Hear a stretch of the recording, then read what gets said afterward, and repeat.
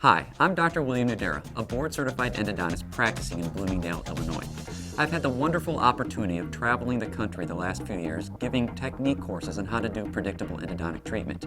A common question that gets asked of me is, how fast can you do your endodontic treatment? The answer to that question is not how fast I can do my treatment, but how efficiently I can do my treatment.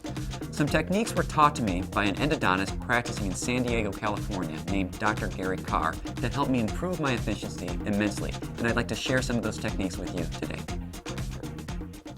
Some clinicians have multiple handpieces with multiple burrs associated with them. I find it much easier to have an assistant transfer the burr for me. It's easy to do. You just call off the burr, hand the handpiece to your assistant, have them put the new burr in, and hand it back to you.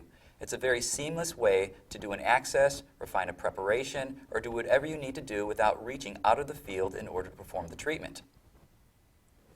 It's very important when transferring hand files back and forth from the doctor to the assistant to not get poked.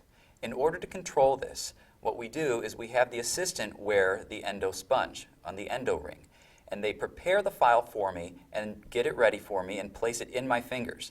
I grab the file, they pull the sponge, and they push the sponge as the file is transferred. When we do this, we ensure that there's going to be nobody getting hurt with this particular procedure.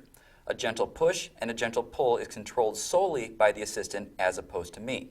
That way, I don't have to take my eyes off the field, and it's a very efficient way to continue transferring files.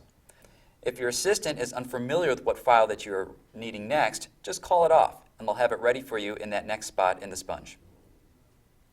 In the same fashion that hand files are transferred, rotary files are transferred. I am responsible for loading the files onto my handpiece because that's what I feel comfortable doing. But a gentle push and a gentle pull from the assistant is all it takes to transfer those files back and forth. A push and a pull. That way we ensure nobody gets poked, and it becomes a very safe and efficient way to transfer files. A very inexpensive way to increase your efficiency during root canal treatment is to get another mirror for your kit. Rather than continually wiping your mirror on the patient napkin and wasting time, have your assistant have a clean mirror handy all the time. When you need the new mirror, ask for the new mirror. Your assistant can easily take the old mirror that's dirty and replace it with the new clean mirror. That way it improves your visualization throughout the entire procedure without the unnecessary movements. Another way to be more efficient during your endodontic treatment is to have a couple of pairs of locking cotton forceps. It takes a lot of time for the clinician to fumble through packages of paper points to grab that paper point, then to transfer it to the tooth to dry the canals. If you have your assistant load that paper point on the extra locking cotton forceps, it can be easily transferred back and forth, saving you time and decreasing the patient's time in the chair.